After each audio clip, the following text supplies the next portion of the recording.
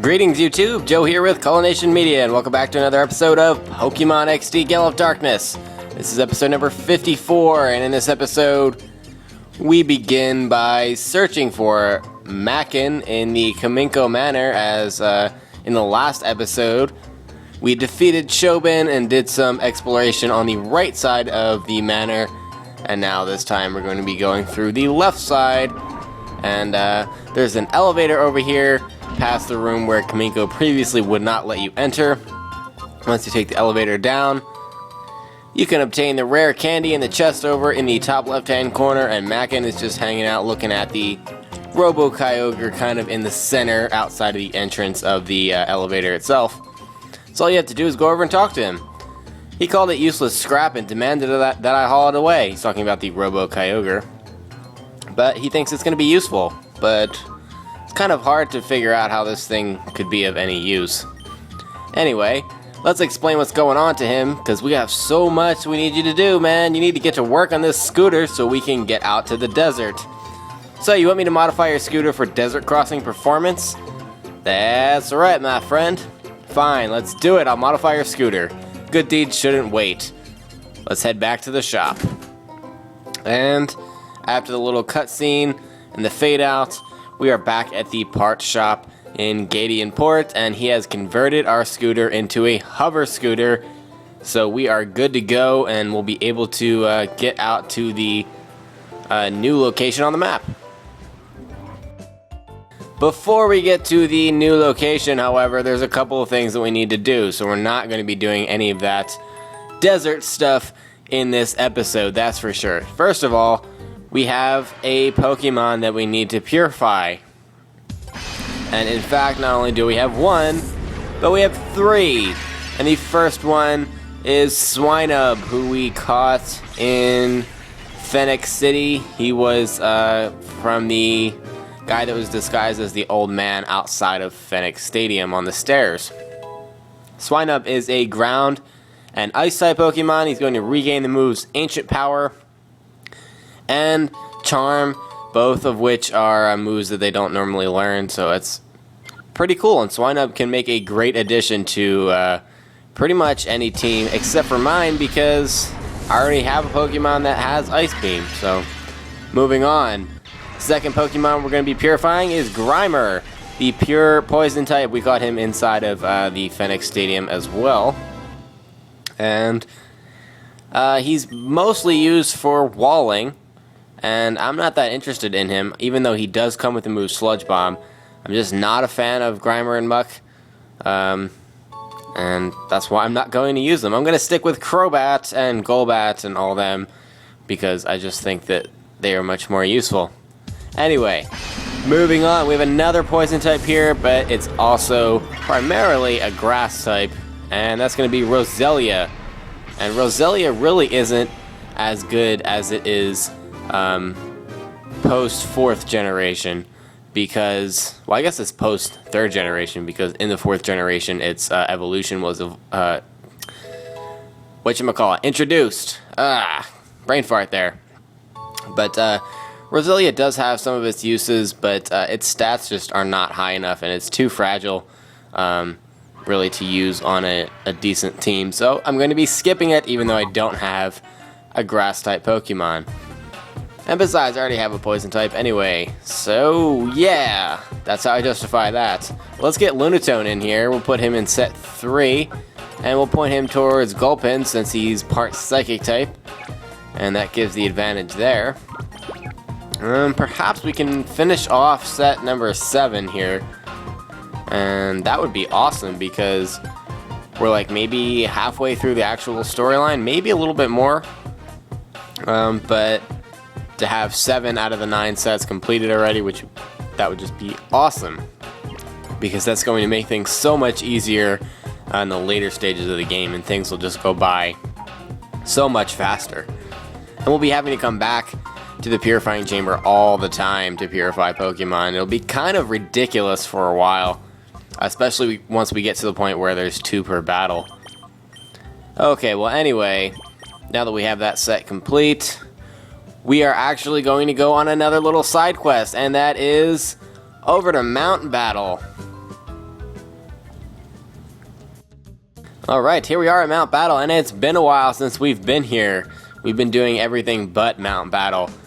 But we can stand to do some training here, so let's continue. And we completed Area 1 and 2, but now we can take on Area 3, because there's a significant jump in the levels from Areas 2 to 3 in that gap.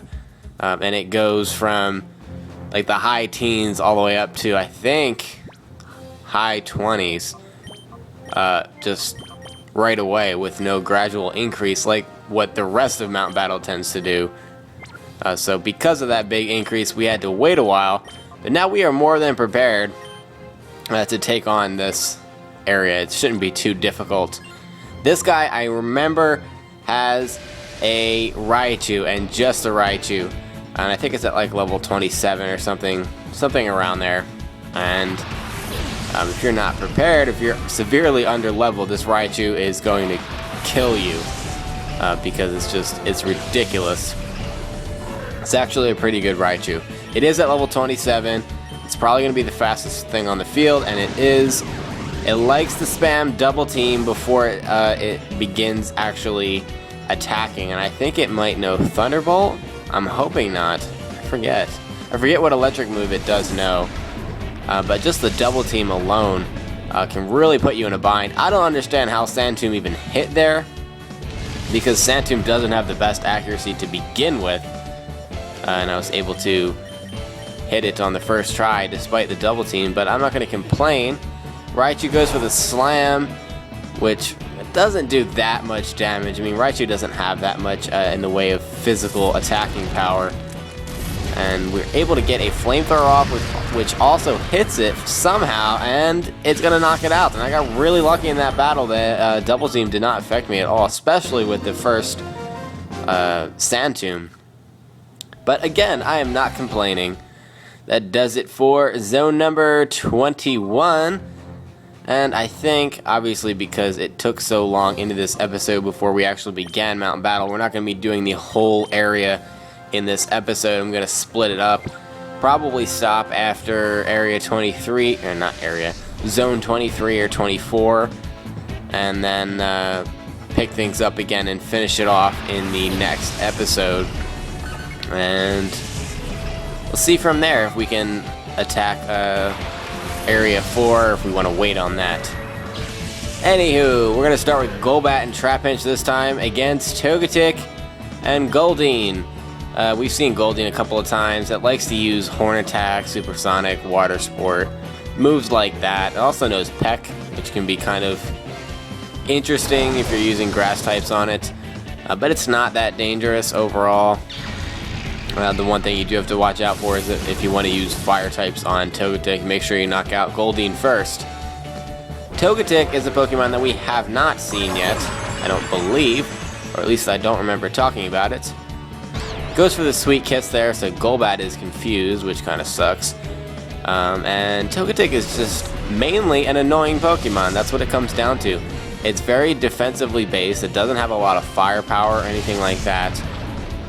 When it does get its evolution, Togekiss in the 4th generation becomes a completely different story, and it has such a wide move pool and such awesome stats after it evolves that it does become somewhat of a powerhouse. But that's not the case in the 3rd generation with Togetic by itself. It likes to use moves like Sweet Kiss, like Yawn. It doesn't have... I think I said this already, but it doesn't have a lot of attacking power, so the moves that it can learn, which is kind of a lot of them. I mean, it can learn Flamethrower, Thunderball, I believe Shadow Ball, as well as some flying type moves, and some normal type moves as well. And yeah, it's just kind of annoying because it relies on its defenses to stay alive while it pesters you with dumb moves, especially Follow Me, which can throw a monkey wrench into a lot of your strategies in double battles. Anyway, moving on, we're up to zone number 23 right now, and we've got Phanpy and Coughing here. Coughing is a pure poison type. It does have the levitate ability, so beware of that when you're planning your strategy, especially because I have Trapinch out here. I can't go ahead and use Sand Tomb on it because it will not be affected by it, even though normally poison types would have the weakness to ground types. And we have Phanpy here, who is a pure ground type, and it is very physically reliant, so it has very high attack and defense and not much in the way of special attack or special defense. And it's also kinda sorta slow. Not like really badly slow, but slow enough.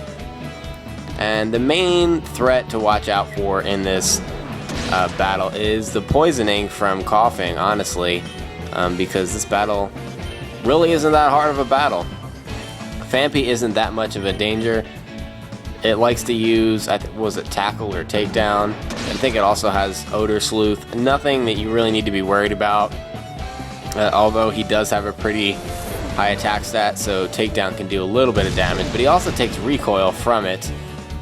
And like I said, he's pretty slow, so you don't have a whole lot to worry about there. I don't know how I didn't get poisoned last turn from Sludge, but oh well. We've got Golbat there, so he's not going to get poisoned from it.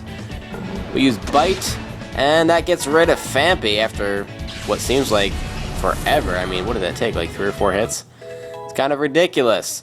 Anyway, Trapinch grew up to level 31, and we're getting there, folks. We are getting there. Trapinch should be evolving at level 35, so only 4 levels left to go. Just about to get rid of Coughing, and we also have Flaffy who's come out onto the field. Flaffy is a pure electric type, and it has the static ability, so any physical contact you make with it will render a 33% chance. Well, no, I think it's 30%. 30%. I want it to be 33 so badly, really do. That would just make sense. A 30% chance of inflicting the paralysis condition. And all that stuff. Sludge didn't poison me again. I think he used it on Trapinch twice, and I got lucky there. Anyway, Flaffy relies mainly on its very high special attack and its ability to paralyze its opponents to be able to, you know, whittle them down and do a lot of damage that way. This Flaffy isn't really that dangerous. So, like I said, if you have Flaffy and Coughing out at the same time like I do, I would focus on Coughing because being poisoned in this case is going to be more dangerous than being paralyzed. For some reason this Flaffy likes to use Growl a lot, and I don't understand why, but it just does. So be prepared for that. If your attack gets lowered way too much and you're not really doing any damage, you can always switch out to basically get rid of that effect. But there's really no need for it, and since this battle is over and you get healed between the battles, I'm just gonna go for a Reckless Bite here and get rid of Flaffy, and that's gonna be the end of this battle. I think I'm gonna stop the video here, and in the next episode we are going to finish off the remaining, what is it, 7? Yeah, the remaining 7 zones of Area 3. And we'll go from there. But thank you very much for watching, and stay tuned for episode number 55. Game on.